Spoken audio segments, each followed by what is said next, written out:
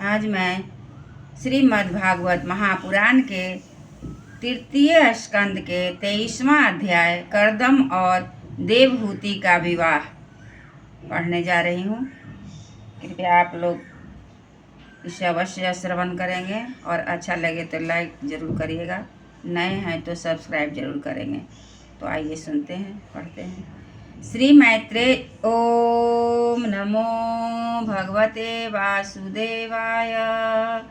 ओम नमो भगवते वासुदेवाय। ओम नमो भगवते वासुदेवाय। ओम नमो भगवते वासुदेवाय। ओम नमो भगवते वासुदेवाय।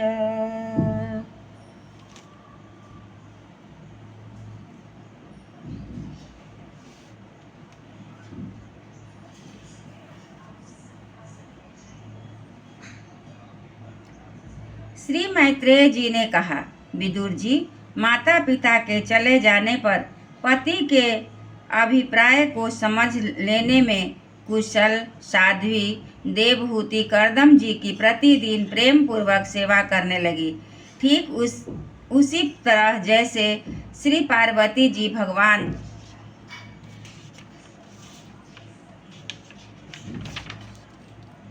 शंकर जी की सेवा करती है। उसने काम वासना दम द्वेष लोभ पाप और मद का त्याग कर बड़ी सावधानी और लगन के साथ सेवा में तत्पर रहकर विश्वास पवित्रता गौरव संयम शुश्रूषा प्रेम और मधुर भाष अनादि गुणों से अपने परम तेजस्वी पति को संतुष्ट कर लिया। देवहूति समझती थी कि मेरे पति देव से भी बढ़कर हैं, इसलिए वह उनसे बड़ी बड़ी आशाएं रखकर उनकी सेवा में लगी रहती थी। इस प्रकार बहुत दिनों तक अपना अनुवर्तन करने वाली इस मनुपुत्री को व्रतादि का पालन करने के से दुर्बल हुई देख देवर्षि श्रेष्ठ कर्दम जी को दयावश कुछ खेद हुआ और उन्होंने उनसे प्रेम गदगद वाणी से कहा। कर्दम जी बोले, मनुनंदिनी, तुमने मेरा बड़ा आदर किया है। मैं तुम्हारे उत्तम सेवा और परम भक्ति से बहुत संतुष्ट हूँ। सभी देहधारियों को अपना शरीर बहुत प्रिय एवं आदर की वस्तु होती है, किंतु तुमने मेरी सेवा के आगे उसके छीन होने की भी कोई परवाह नहीं की। अतः अपने धर्म का पालन करते रहने से तुझे तप समाधि उपासना और योग के द्वारा जो भय और शोक से रहित भगवत प्रसाद स्वरूप विभूतियां प्राप्त हुई है, उन पर मेरी सेवा के प्रभाव से अब तुम्हारा भी अधिकार हो गया है। मैं तुम्हें दिव्य दृष्टि प्रदान करता हूँ, उसके द्वारा तुम अपने उन्हें देखो।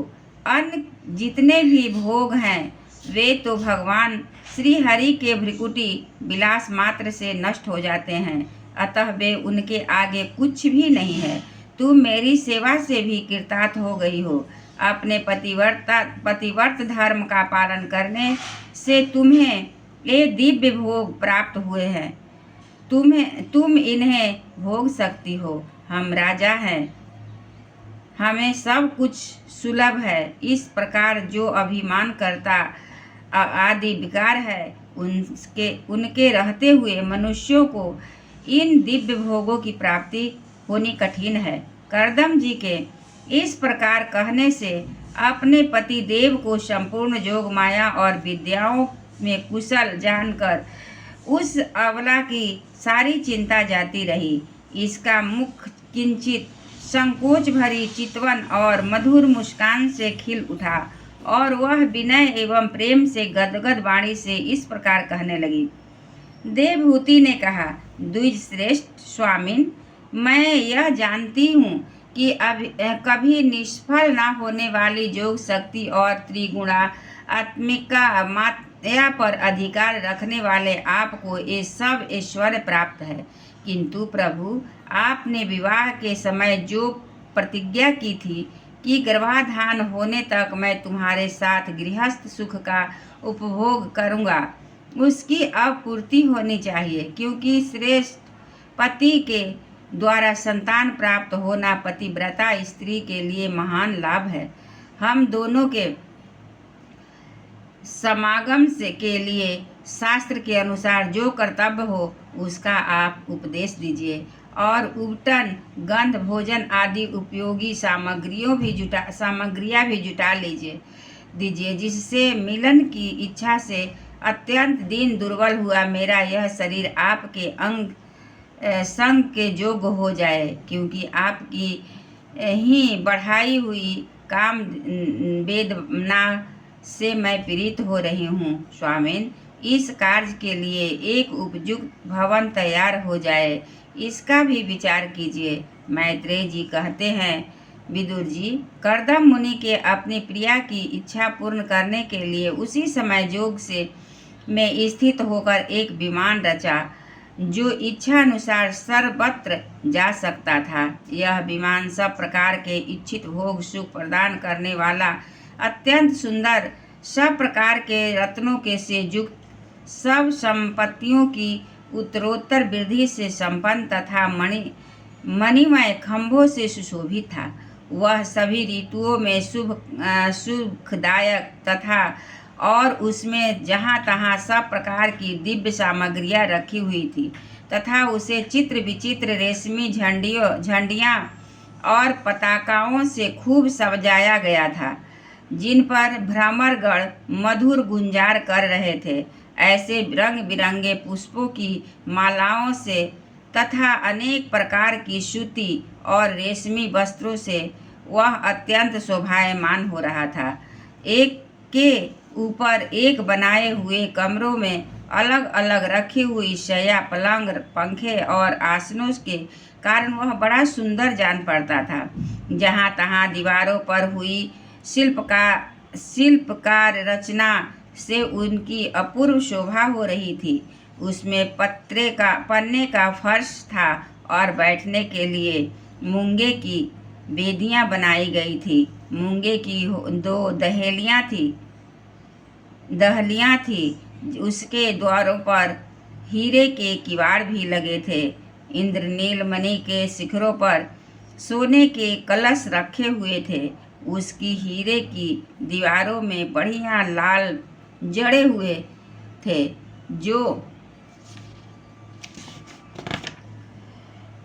जो ऐसे जान पड़ते थे मानो विमान की आंखें हो, तथा उसे रंग बिरंगे चंदोवे आदि बहुमूल्य सुनहरी वंदनाओं से सजाया गया था। उस विमान में जहाँ तहाँ कृत्रिम हंस और कबूतर आदि पक्षी बनाए गए थे, जो बिल्कुल सजीव से मालूम पड़ते थे। उन्हें अपना सजातीय समझकर बहुत से हंस और कबूतर उनके पास बैठ कर अपनी बोली बोलते थे। उसमें सुविधानुसार क्रीड़ा स्थली, शयन गृह, बैठक आंगन और चौक आदि बनाए गए थे, जिनके कारण वह विमान स्वयं कर्दम जी को भी विस्मित सा लग रहा था।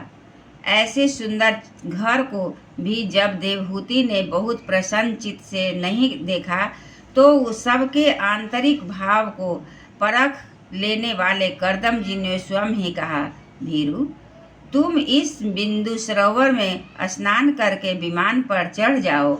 यह विष्णु भगवान का रचा हुआ तीर्थ मनुष्यों को सभी कामनाओं की प्राप्ति कराने वाला है।